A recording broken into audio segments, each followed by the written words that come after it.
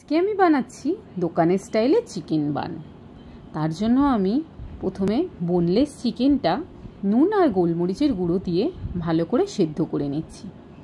চিকেনটা সেদ্ধ হয়ে গেলে এটাকে চামচের সাহায্যে ভালো করে ছোট ছোট টুকরো করে নিচ্ছি। এরপর আমি একটা কড়াইতে দিয়ে দিচ্ছি সাদা তেল। তেলটা গরম হলে দিয়ে দিচ্ছি কুচনো পেঁয়াজ আর আদা রসুন বাটা। পেঁয়াজটা ভালো করে ভেজে নিয়ে এর মধ্যে দিয়ে দিচ্ছি জিরে গুঁড়ো, লঙ্কা গুঁড়ো আর হলুদ গুঁড়ো।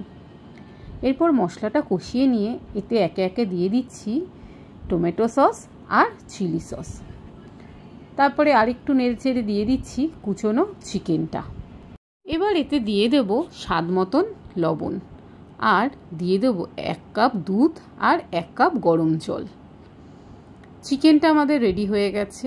এবার বানিয়ে নেব ডোটা বানানোর জন্য নিয়ে নিলাম ময়দা, 1 চামচ পাউডার দুধ, 1 চামচ চিনি, স্বাদ মতন লবণ আর 1 চামচ ইস্ট।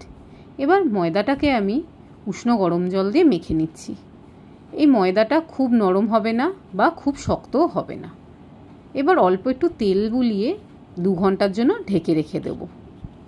2 ঘন্টা পরে দেখুন ময়দা মাখাটা ফুলে উঠেছে। ইস্ট থাকার কারণে এটা ফুলে গেছে। এবার ছোট ছোট লেচি কেটে আমি লুচির আকারে এটাকে বেলে নেব। এবার সামান্য ময়দা গুঁড়ো দিয়ে আমি এটাকে বেলে নিচ্ছি।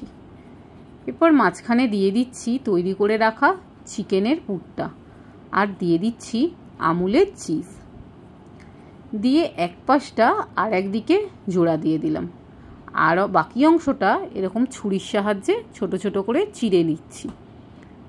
আমি 2 রকমের শেপের চিকেন বান বানিয়েছি। এবার আর এক দিকটা আমি কি করলাম, এপাশে জোড়ে দিয়ে একটু ওভাল শেপ করে দিলাম। এবার এর ওপরে আমি ডিমের কুসুমটাকে অল্প করে বুলিয়ে দিচ্ছি আর দিয়ে দিচ্ছি সামান্য পরিমাণ সাদা তিল। পুরো জিনিসটাই আমি বানিয়েছি গ্যাসে।